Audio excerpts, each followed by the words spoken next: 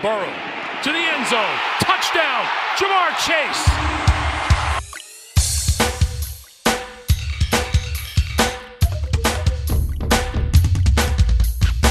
Welcome back to the Football Card Quest. I'm your host, Andy Kaysen. The Eagles have officially clinched an NFC playoff spot, while the Texans, the Bears, and the Broncos have all been officially eliminated. Everybody else is either in the hunt or on the bubble. That means there's a lot of fighting and clawing over the next several weeks as the playoff race heats up. And based on the current market activity I'm seeing on eBay, we should be in for a really fun ride that involves a lot of shipping out of cards over the next 60 days. So let's look at the macro view of this week's slate, plus my favorite buy and sell targets heading into week 15. Let's dig in.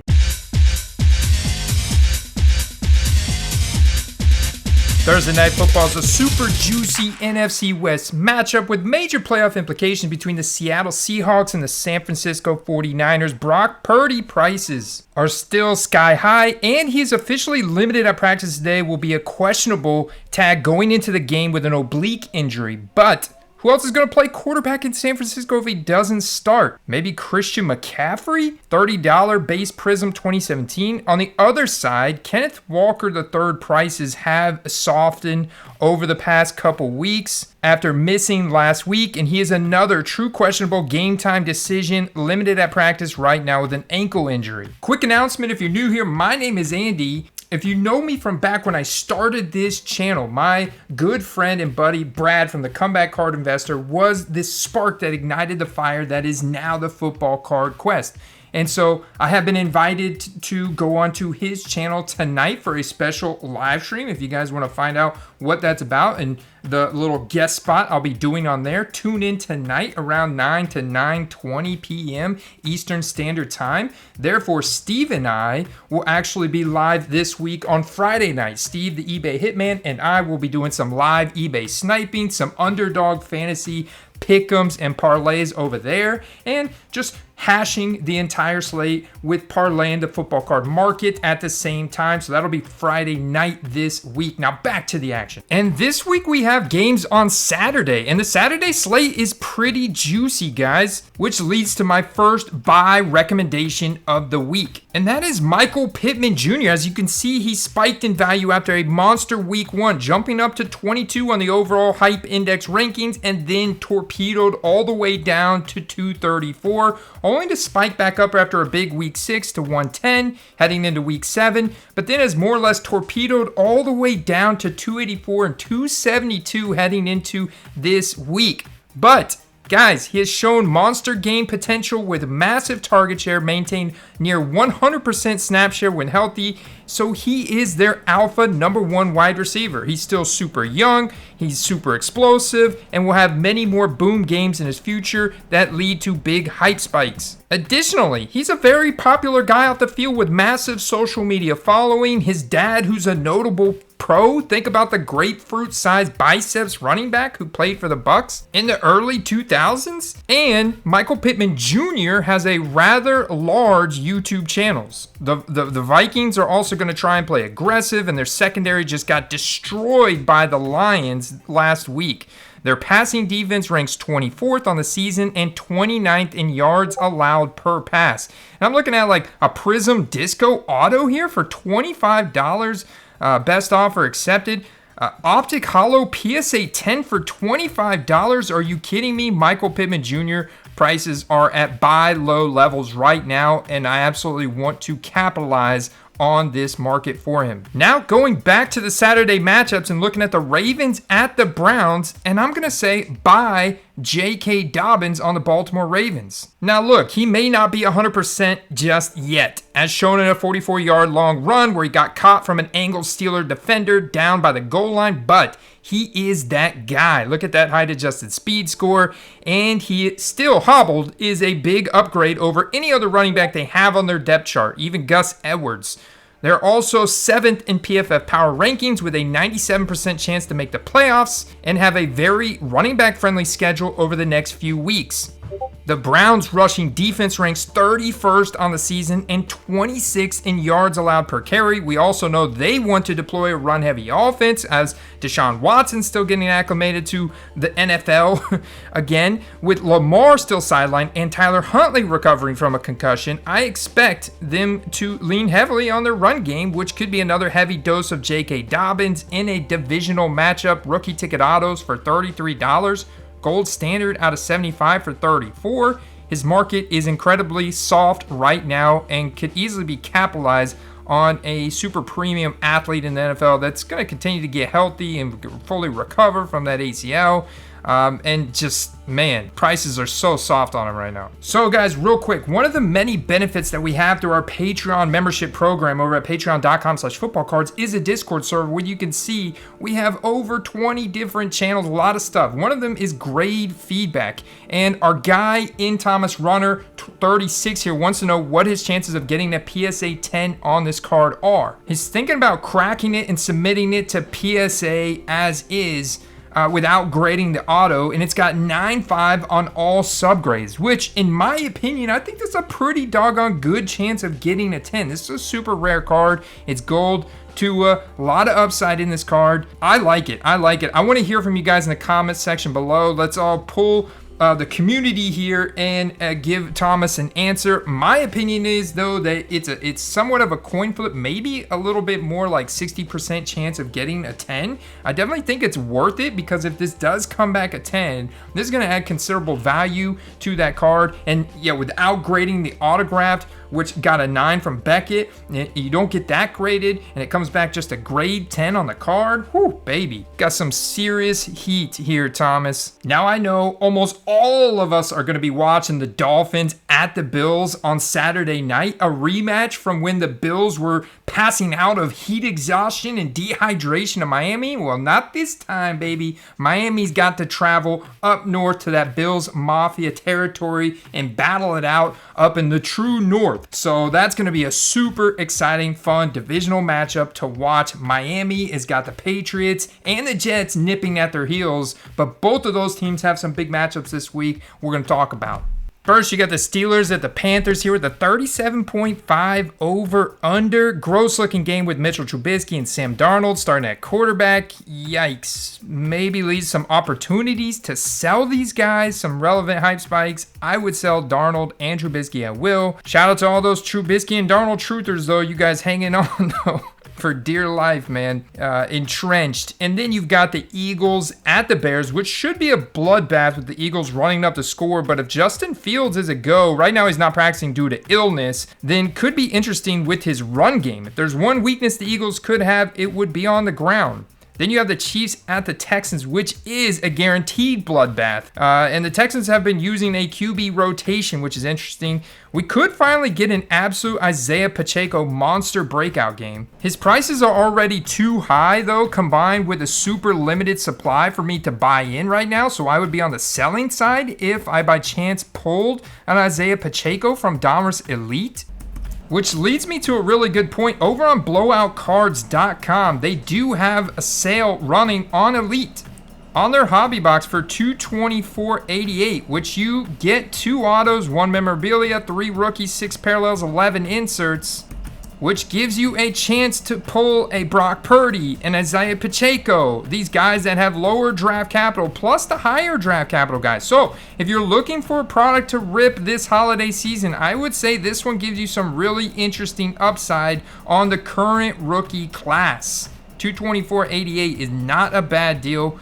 20 packs per box, 5 cards per pack. That's 100 cards. That sounds like some fun. With a chance to pull a Brock Purdy or Isaiah Pacheco, some really hot 2022 rookies right now. All right, guys, then we got the Cowboys at the Jags, which is a 47.5 over-under. This is going to be a true test for Trevor Lawrence in this game. This could be really interesting. The Jags have been trending up. They are now a dark horse to take over the AFC South if the Titans slip up here over the next couple weeks. But this is going to be a really tough spot for them. Trevor's values are up right now. He's one of those guys that has fluctuated a lot throughout the season. that you could have bought and sold a lot. I would love to personally see a big Travis Etienne game this week. He's on my fantasy team. I'm in the playoffs, dang it. I need a big Travis Etienne week. And his prices have been really soft as of late as well. And the Cowboys are currently 23rd in yards allowed per carry. So that is really juicy to me. The Falcons at the Saints. Alert, guys. Desmond Ritter is starting this game, making his NFL career debut. This is very interesting because the Saints have been Jekyll and Hyde this year. They're in last place of the NFC South, but technically, they're still in the running. The Falcons are still in the running, and they're rolling out their rookie quarterback. This is a massive opportunity to sell if you held Desmond Ritter over the earlier in the season, as all the times that I've recommended him, Steve recommended him, his prices. He could bring home the win in this game against the Saints and connect with Drake London on some bigger passes. I mean, I could only think that they're gonna throw the ball more as the most run heaviest team in the NFL. But now they want to see what they've got in Desmond Ritter. Plus, he was a little bit more aggressive in throwing the ball downfield in college and throughout this preseason. So I'm guessing they want to see what they got in this kid. They've got an electric weapon in Drake London.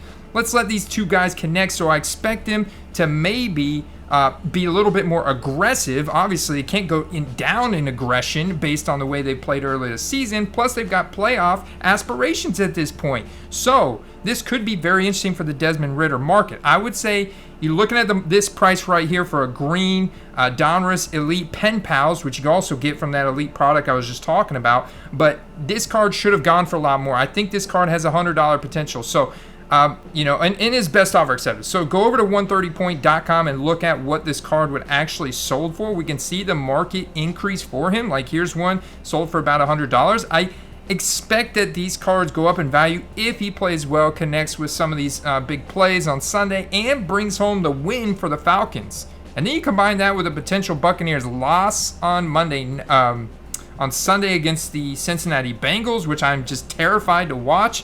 But I think that the values here for Desmond Ritter could continue to go up. So if you're listing them, list them now. But for example, this card right here, like this rookie roll call out of 15 with some nice color match and autographed, I would have this card listed for like $250 and accept offers, right?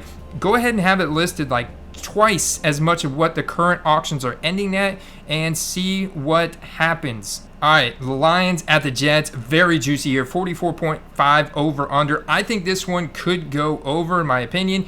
The steam that the Lions are coming in on after winning the last 5 out of 6 games. But at the same time, the Jets defense has been playing incredibly well this year, and they just come off a couple tough losses against Buffalo, Minnesota. So this game could come down to the trenches. As we know, Goff has too many weapons. He's too good in a clean pocket, but the Jets bring a lot of pressure. Still, too many weapons with Chark, Amon-Ra, Swift, and Jameson Williams for Sauce and his team to defend. And at the same time, on the other side, you got the Mike White Show continuing to roll on, and they've got good weapons. So this game could absolutely lead to some fireworks. Cardinals at the Broncos, absolute dumpster fire matchup of the week here. Kyler has officially tore his ACL, done for the season. The Broncos officially eliminated from the playoffs. Russell Wilson also dealing with a concussion this week. The Patriots at the Raiders. This one is pretty interesting because both teams are in must-win territory, with the Raiders on the verge of being officially eliminated, and the Pats are still in the hunt. The Pats will also likely without Ramondre Stevenson, ankle injury, Damian Harris, thigh injury, and Jacoby Myers still in concussion protocol.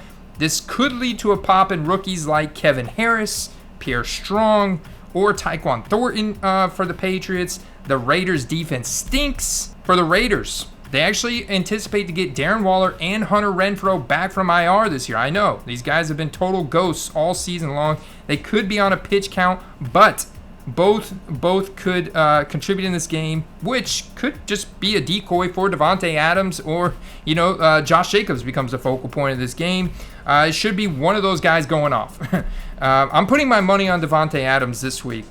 The Titans at the Chargers, I really love this matchup. And this is going to lead to another bye this week for me, because you saw Justin Herbert Sunday night with finally a healthy Keenan Allen, a healthy Mike Williams, Austin Eckler, Josh Palmer, Gerald Everett at the same time, and their playoff hopes are still alive as they're second in the AFC West. The Titans' pass defense is also terrible. They've been gashed up all season long, guys. At the same time, their run defense is great. They're one of the best in the league. And the Chargers' run defense is terrible. And that fits into what the Titans' game plan is to be a run-heavy offense led by Derrick Henry. But if the Chargers get out to an early lead with aggression through the air against the Titans, that could force them to come out of their shell. I would say Treylon Burks, but it looks like he's still in concussion protocol, may not play. Then you could say Chigozie Okonkwo, but he literally only has some Sage college uniform cards. So my buy this week out of this game is going to be Mike Williams. This is a guy that has 2017 iconic product. He's got first round draft capital. He's a big contested catch winner. This guy has gotten a lot better over the past couple years with Justin Herbert behind center, and they could be coming into a run here late in the season, could squeak into the playoffs.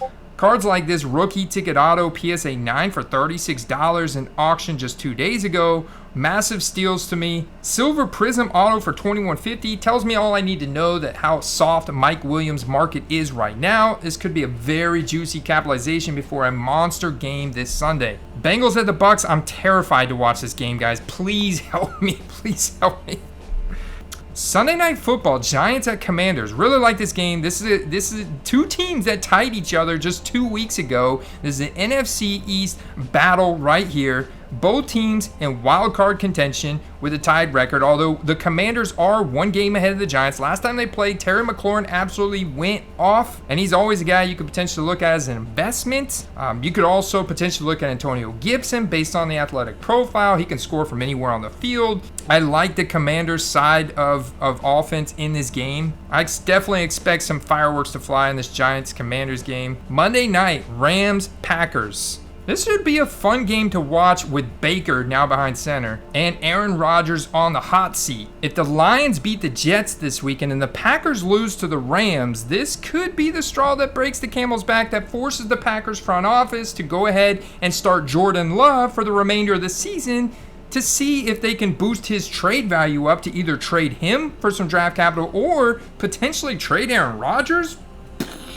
I know, Galaxy brained it, but this is my official reminder. Sell the crap out of these Baker Mayfield cards. This is your shot.